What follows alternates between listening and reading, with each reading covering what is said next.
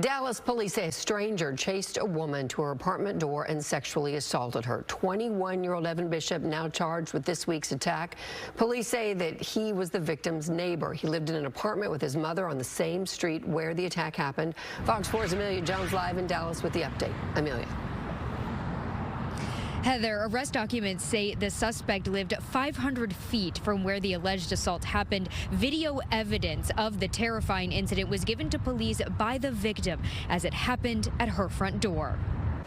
This is 21-year-old Evan Bishop, the man Dallas police say sexually assaulted a woman in the St. Thomas neighborhood in Dallas. According to arrest documents obtained by Fox 4 on Wednesday, Monday morning, just after 6 a.m., a woman was walking to her car on Thomas Avenue in Dallas when she passed a man later identified as Bishop. She reported he started to stare at her. She told detectives she said no, and Bishop responded by nodding his head yes.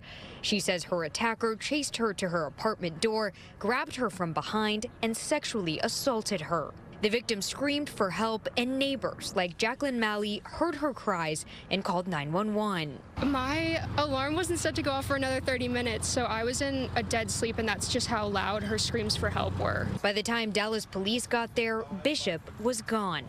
The assault was captured on the victim's Ring doorbell camera. She handed the footage over to police.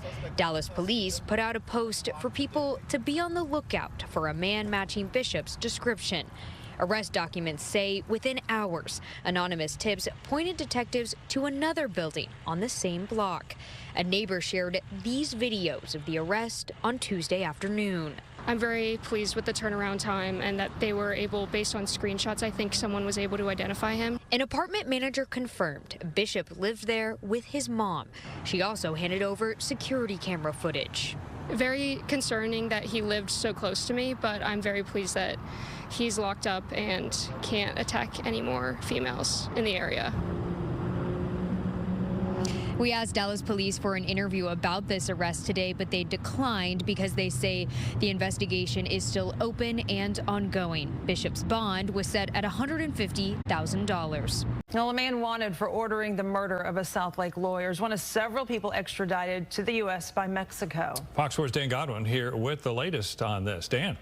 And Brandon, this murder we're talking about happened in a Southlake parking lot 12 years ago. It was a shocking act of deadly violence in that community.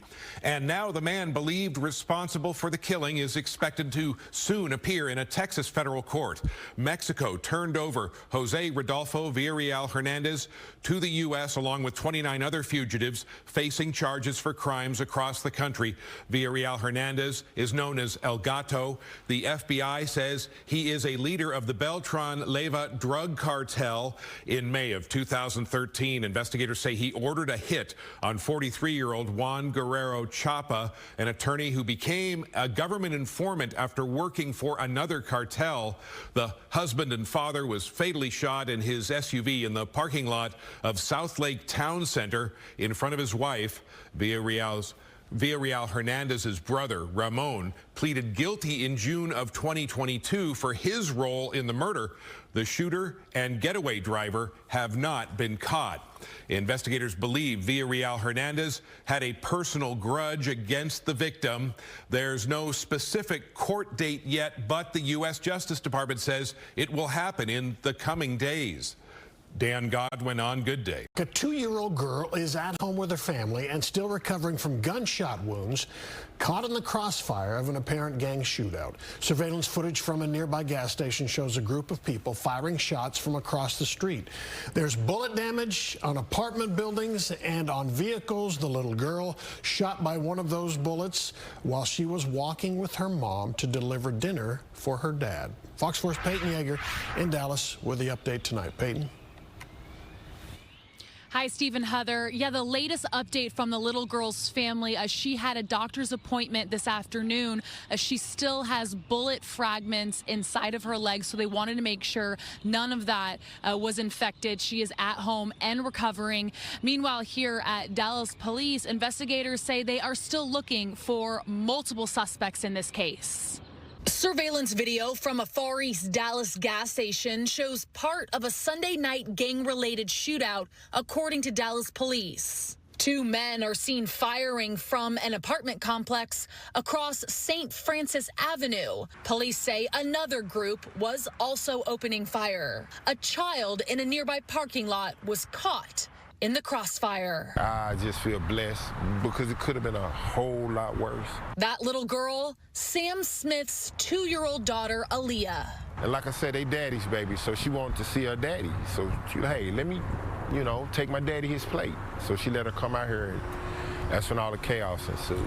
Smith works at the gas station just feet from his apartment. Shortly after 9 p.m. Sunday, Smith's wife and little Aaliyah were going to walk and bring Smith dinner. While waiting at the gate, bullets started flying, striking vehicles, apartments, and the 2-year-old. She grabbed my daughter and got behind a car. Then when she picked her up and ran to the house, she seen blood and stuff on her hand, and that's what let her know. The child rushed to the hospital and later released. Meanwhile, the street was littered with evidence markers. Gang unit officers still working to make any arrests. A scene Smith wants to move away from in order to protect his family. It could have been a lot worse, could have been a whole lot worse. And while we were out there at that apartment complex today, other tenants told us and showed us how multiple bullets came through their walls. None of those tenants were injured. The only one injured in this case is the 2-year-old girl. Again, she is at home and recovering. No arrests have been made, so if you know anything, call Dallas police. 2 young men are dead and 2 other young men in jail after a shootout near the Ron Kirk pedestrian bridge in West Dallas. Fox 4's Alex Boyer has been speaking with neighbors today who say this is not the first time they've experienced something like this. He joins us now live with an update on the case. Alex. Yeah, that's right, guys. And we know the names of those 2 individuals who died. They've been identified as 18-year-old Abdullah Al-Badri. The other is 20-year-old Osvaldo Gutierrez. Another victim, we're told, remains hospitalized. And again, DPD says that 2 teens also have been arrested involved in that gun battle. It's a picturesque day near the Ronald Kirk pedestrian bridge in West Dallas. Folks out and about enjoying the fresh air and downtown skyline views. But at night, longtime residents say the vibe changes. During the day, it's normal. Everyone's out here, people walking their dogs, people, families out here. But at night, it's when everything happens. Vidal Arredondo has lived across the street his entire life. Late Monday night, he was home when he heard a gun battle break out in the public parking lot located just feet from his home. He called 911. We just saw a bunch of kids running around with teenagers going back and forth, and a bunch of cars coming out of the park. And then that's when we saw the police and paramedics, and they all got here. Dallas police say gathering was taking place in the parking lot around 11 p.m. when a fight broke out between 2 groups. Then gunfire erupted. When police arrived, they found 3 people suffering from gunshot wounds. 2 others had already been taken to the hospital. An SUV with several bullet holes could be seen parked outside the emergency room. We talked to a guy whose car was parked inside the crime scene. We were just going on a little night walk, and then then we start hearing everything go off. I was like, oh man, what's going on? And then we come back and stuck in an active crime scene for the next about 8 hours, pretty much. We saw another car riddled with bullets being towed away from the crime scene. It will be processed for any evidence. And as the investigation continues, I just heard a lot of shots. Residents like Juan Rodriguez say they're scared for their safety. It kind of gets out of control during the weekend. It's really bad. It's like all the time it happens. There's always gunshots. Like every night there's gunshots, and we always are afraid that, one day a bullet's going to come in the house and hit one of us. And meanwhile, we know the 2 suspects arrested are 18-year-old Manuel Alvarez as well as 19-year-old Fernando Sanchez. They are both being charged with murder and aggravated assault. As of this hour, their mugshots have not been made available online. Investigators want to identify who was responsible for the stray bullet that hit and killed a mother in the Fort Worth suburb of Forest Hill this weekend. Police say the 36-year-old was sitting outside with her family Saturday night when gunfire erupted. Fox 4's Deion Anglin has the latest. Deion. Hi there, Clarice. Well, investigators believe the gunfire came from this area where businesses back up to a street that separates Mansfield Highway from the family's backyard. She was always full of life. A husband and father overcome with grief after his 36-year-old wife, Maricela, was killed at their home Saturday. Police believe by a stray bullet. Maricela's brother was also injured. Saturday evening around 7, they were in their backyard near a fire pit, awaiting an Uber Eats food delivery. We got some enchiladas from a restaurant close by, and we were eating dinner outside. When she got the notification of the Uber was outside the door, and for the kids, and my wife called one of the kids and said, "Hey, go get the food. It's here." And that was the last thing she said. The family's home on Frisco Avenue backs up to Bisbee Street. Just north of that are businesses, which are along Mansfield Highway. Investigators determined the bullet was fired from that direction. We are canvassing, going from business to business, trying to see if we can get any additional information. It was 7 p.m., so it was dark. So some of the video surveillance that we're seeing, it's very, very gray, but we are trying to figure out a time period of vehicle traffic and foot traffic. My sister, she didn't deserve this. She didn't deserve to die like this. The family tells Fox 4 they believe the same bullet struck both Maricela and her brother. Again, neither believed to be the intended target. I heard the bullets coming through, and I saw my brother-in-law that he fell, and when he looked up, he looked at my wife because she was already on the floor. Police were on the scene within moments. Sadly, Maricela was pronounced dead in their backyard. Her brother is expected to survive. It's not something that anyone's prepared for. You're enjoying, family, you're eating in your own backyard. The last thing you're expecting is for someone to get hurt. I couldn't imagine that something like this could happen in my own house. The only thing we want is justice for my wife, Maricela. The Texas Rangers is heading up this investigation. Forest Hill Police is providing assistance. Anyone with information about what happened on Saturday evening along this stretch of Mansfield Highway, that's the 3800 block, you're urged to contact either of those agencies right away. Police say a man charged with hitting a 13-year-old and then driving off initially claimed that he thought that he hit a construction sign in that hit and run. Jerome Walker now charged with the hit and run. Police say he drove home after striking Bradley Daniels Jr., who remains in the hospital and in fact underwent surgery today for one of his injuries. Fox 4's David Santendry live in Dallas with the update. David. Yeah, Heather, according to that arrest warrant, Jerome Walker admitted to detectives that he was driving that truck which struck the 13-year-old boy. He also reportedly admitted that he drove away because he does not have a driver's license. 46-year-old Jerome Walker is now charged with collision involving serious bodily injury. He allegedly hit 13-year-old Bradley Daniels Jr. with his truck along Wheatland Road in Dallas's Redbird neighborhood Sunday evening before driving off. As soon as you hit something, I feel like just a natural instinct as an adult, you would get out and check your vehicle anyway. The child's parents say he was walking with a couple of his friends to get food. They crossed the road to avoid a dog, according to an arrest warrant affidavit. Then, Daniels Jr. momentarily walked in the street, but while stepping back onto the curb, he was struck by a truck. The driver did not stop. You should have stopped. You should have been paying attention to the road. Detectives searched flock cameras in the area around the time of the collision and found a tan Dodge pickup, matching the suspect vehicle description. Detectives tracked it to Walker's home. Yeah, just tell the truth. Walker admitted it's his truck and he was driving it, but claims he thought he hit a construction sign. Walker claims he went back to the scene to take a photo of the construction sign for an insurance claim, but he drove away once he saw first responders on scene because he did not have a driver's license. Detectives say there's no evidence Walker hit a sign, and his truck has damage consistent with striking the child. He still should have just stopped. He still should have stayed there, even though he didn't have a license. I would have stayed there. Daniels Jr. suffered a fractured skull, brain bleeding, and a broken and degloved foot.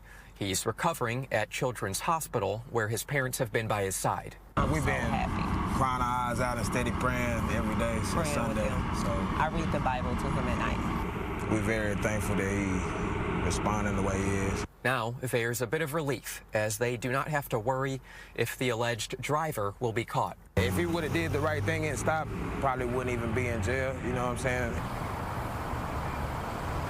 Walker's bond is set at $25,000. He's still here in the Dallas County Jail, according to some online records. Now, it's unclear why he does not have a driver's license. We looked into his criminal history, and really all we were able to find was failure to pay child support, as well as not obeying some civil court orders. We'll keep you updated when we learn more information, but for now, I'll send it back to y'all in the studio. An officer is recovering after police say he was ambushed and shot, setting off an hours-long gun battle with a suspect in Garland overnight. Police believe more than 100 shots were fired. Fox 4 just obtained ring camera video. Sean Rabb joins us with more.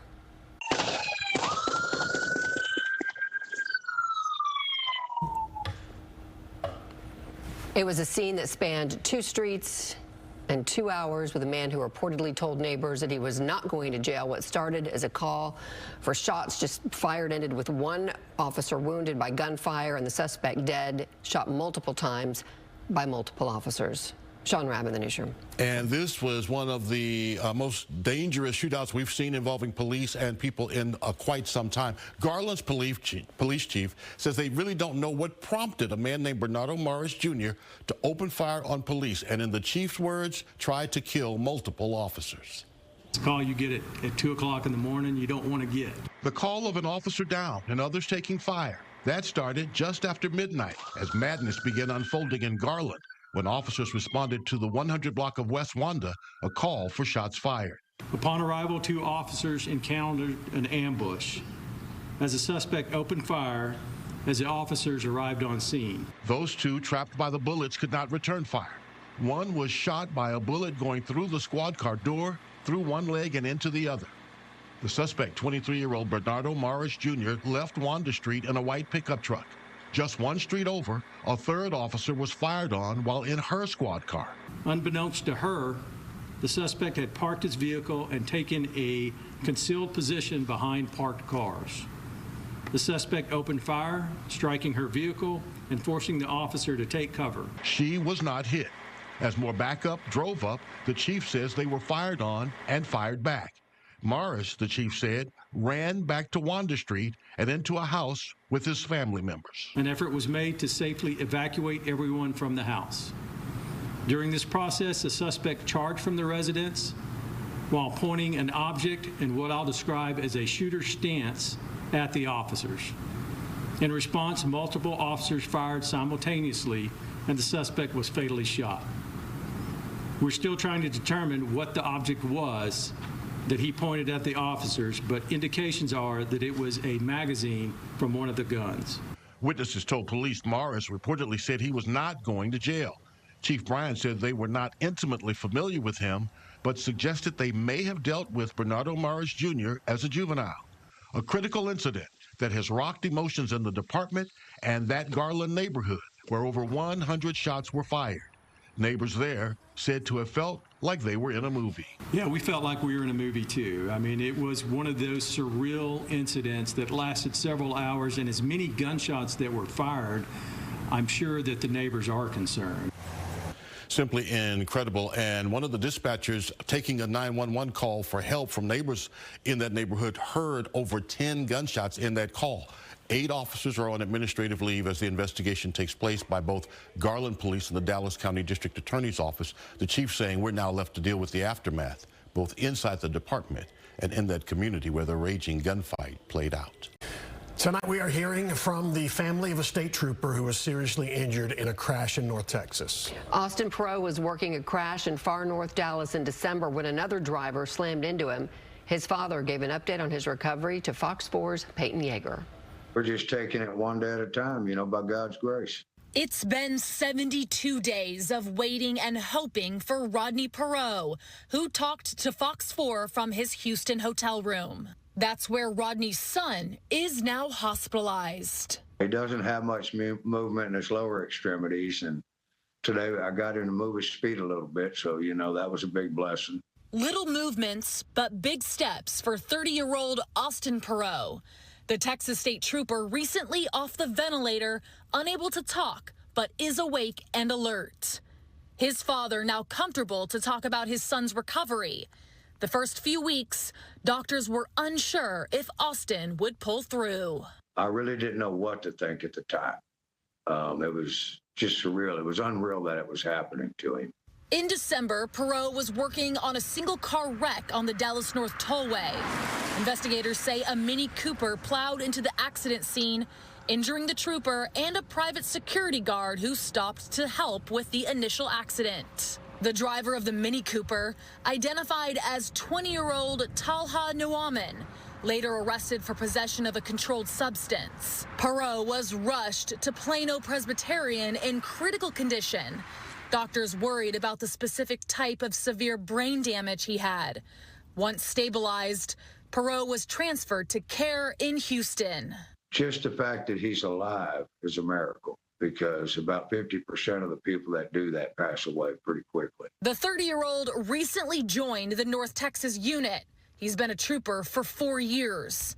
Before that, worked for the Matagorda County Sheriff's Office, but always had a passion for helping people. He has the heart of a champion, he really does. And every day you can just tell he's fighting. He's really fighting hard. In Plano, Peyton Yeager, Fox 4 News. Welcome back. Police are trying to track down a man suspected for a string of aggravated robberies and a murder. The police say the crime started when he was a juvenile. He's now 17. Fox 4's Sean Rabb has more in this week's Trackdown. We're in Pleasant Grove. With me is B.K. Nelson, U.S. Marshals, North Texas Fugitive Task Force. And B.K. Nelson, who are we looking for? We're looking for Daquan Blanton. He was a juvenile when he committed some of these crimes, but here in the past couple of months, he's become very active. What is he doing? Facebook robbery, sir. How does that work? Setting up deals on Facebook. They like, him and his group like expensive Cartier watches, jewelry, things of those nature. They'll set you up and they'll rob you. Currently right now, we have 5 warrants for his arrest. A lot of local agencies here are involved. You have Seagoville, you have Balk Springs, you have Dallas. Garland has some more warrants for his arrest also. So he's becoming more violent, and we really need the public's help in finding him. What happened in Seagoville in December that has put Daquan Blanton on the radar there? The Texas Rangers are investigating that one currently right now. He did another robbery, and a person died in that one, sir. He's very active. He's going from house to house, couch to couch, futon to futon. I need people to let me know where he is, because those people who are assisting him, who are giving him shelter and food, you will be prosecuted once we find out if you're helping him. He's on the top of the marshal's list. You have him up on billboards in North Texas. Yes, sir. He's becoming more violent. He's doing more robberies. Even after we executed a warrant at his parents' house, 11 days later, he did another one. Okay, what do you need, B.K. Nelson? I need someone to call me. Give me his location. Let me know where he's staying. Contact him. I'll meet him anywhere. He can turn himself into me. How can folks get at you? 972-978-1765. That's your cell phone? That's my cell phone, sir. Tell me again. 972-978-1765. B.K. Nelson, U.S. Marshals, North Texas Fugitive Task Force. Get at him. If you know where Daquan Blanton is, get at him. Help find this man who is part of a string of Facebook robberies and is the primary suspect in a December murder in Seagoville. That's some good news because of tips from our viewers. Trackdown now responsible for 190 arrests. 17-year-old Adrian Gray is in jail, charged with shooting 2 people at City Lake Park in Mesquite.